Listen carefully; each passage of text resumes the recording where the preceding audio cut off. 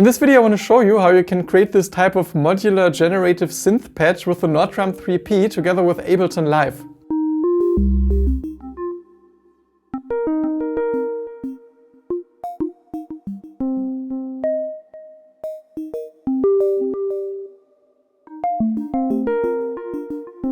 So first of all, hi and welcome to this video. My name is Yannis, and in order to create this type of patch, you need to make sure that you can send MIDI from your computer and Ableton Live to the Nordrum 3P. And if that's something you have never ever done before, I recommend first checking out this video that I link in this info box, because that's where I explain this procedure. So as you saw in the video, or you know already, you can send MIDI to the Nordrum in two different ways. You can either just use the global channel 10, if you never changed that setting, and access those individual pads, so you can basically send 6 different MIDI notes to the Nordrum.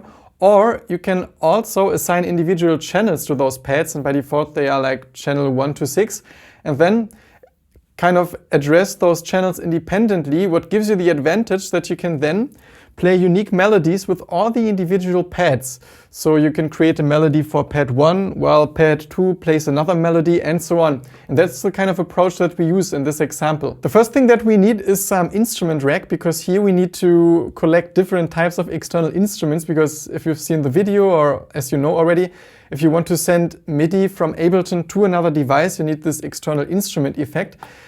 And because we want to address those pads individually, we need 6 of them. So here you can drag the first one inside and open this list so you can actually see it. And then you can just duplicate until you have 6 of them. And then you have to change the MIDI channels, because the first one goes to channel 1, unless you changed it for the Nordrum. The second one to channel 2, and I'll quickly do this for the other pads as well. And I don't need the audio from here, because I have some separate audio channel where I have the sound of the Nordrum, otherwise it would get a little bit too complicated. And now you can basically either draw some MIDI clip and send it to those pads.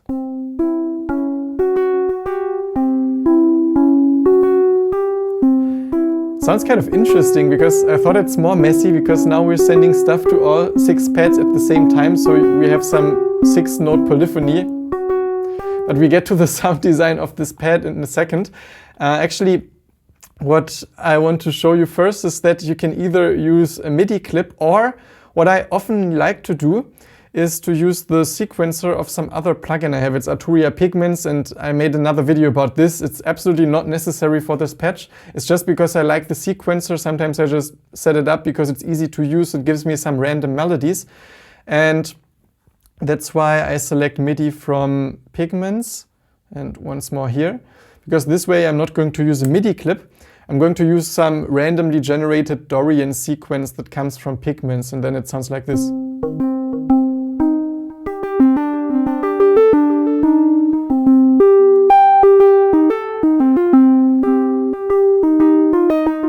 And now there's a trick on how you can break this kind of static thing that all pads always get triggered without making some very refined moves. And I also spoke about it in some recent video. I'll link here where you can use it with some samples. It's the same technique, because in instrument racks you have the chain selector, and it's going to be a little abstract for a while, but then it will make sense. You can just move the last one all the way to the end, then right click and click distribute ranges equally. Then you just have kind of a similar range for, or not range, but a similar length of a range for all those 6 individual parts. But they get triggered on different values, because now if I play, maybe you see this one light flashing, we only hear the first pad. And if the chain selector would be here, we would only hear the second pad. And so on. And there's a very simple yet efficient trick that you can do. You just have to create another chain and use some LFO.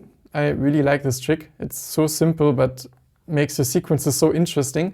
And then you map it to the chain selector, and then you just make it rhythmical. So it's 16th notes in this case, and also the random, because this way it kind of jumps around randomly.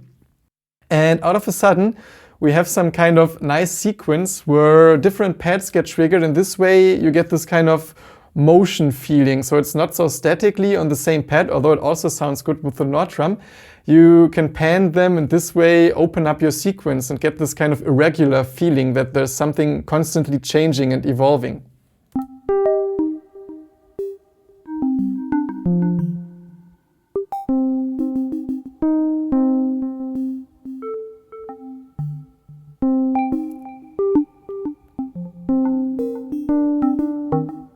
And now you might be wondering, why is there still some motion also on the individual pads? Because I mean, we address different pads, but they should always sound the same, but they don't. And that's where the Nord Drum 3P editor from Ableton Drummer comes into place. And if you don't know Ableton Drummer, definitely drop by at his channel. I'm going to link the link down below in the description. He does some super amazing devices for Ableton Live, especially cool if you're some electronic drummer, but not only for drummers. And if you're interested in this one, I'm also going to put some link down below in the description. It's some affiliate links, so if you want to say thanks for the video or support this channel, it's a great way of doing so without any extra cost. And what this editor allows you to do is that you change parameters from your computer, from Ableton Live.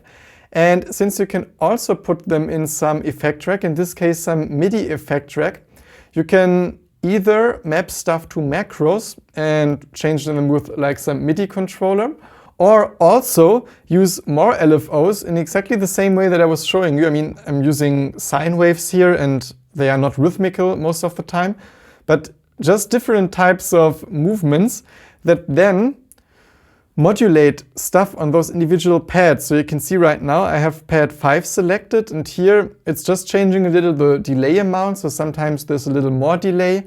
And also it has some ring modulation, which it slightly changes the intensity of. So that's why sometimes you get a little more glitchy sound. And also the dynamic filter moves slightly, all very tiny changes, but if you do this to all those pads, there's just more motion and it gets more of this kind of generative feeling.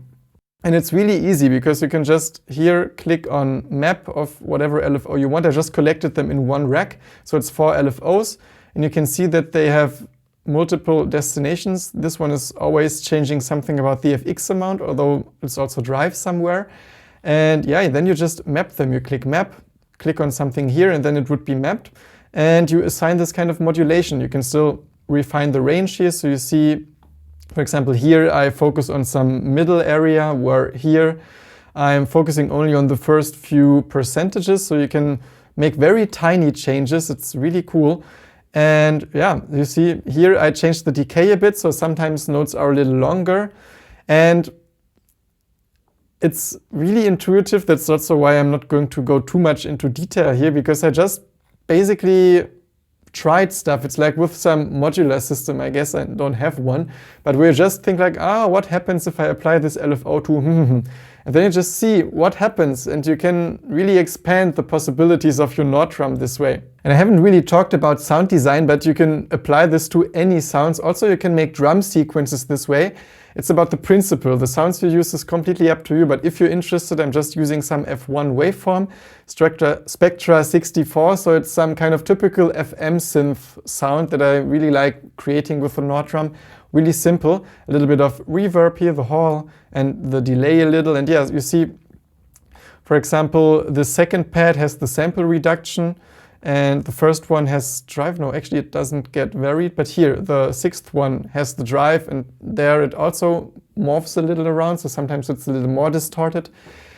And then you can also assign those parameters to the macros of the MIDI effect track. And a technique that I like a lot, I mean, the filter opening would be the most typical thing you use. Actually, where I have it here, I think. Yeah, so you can change it with some MIDI controller. But inspired by my Vermona Performer, I really like assigning the volume of the individual pads to those macros, because this allows you to kind of restructure your sequences. So you can basically mute a couple of those. And for example, only start with pad 3, although it's not going to be in center, I think. But you start with something really minimal and mysterious.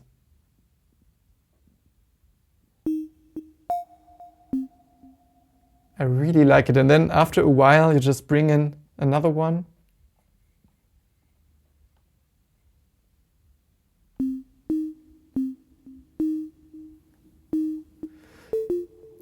can give a hint of the first one, but just a reduced volume.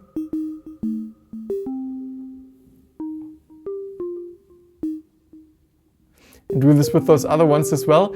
And over time, have some fun with it and almost make some little ambient pieces this way by just guiding the sound by muting, unmuting those things. But you can also map any other thing to the macros here.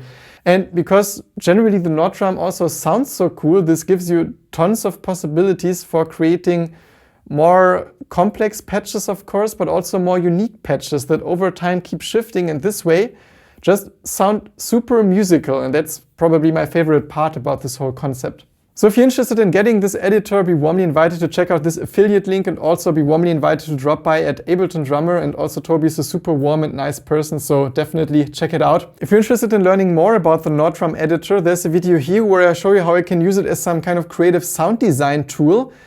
Also check out the other links down below in the description. I made lots of videos and content about the Nord drum 3P. And apart from that, I wish you lots of inspiration with whatever it is that you create, and really hope to see you soon again at this channel. Bye.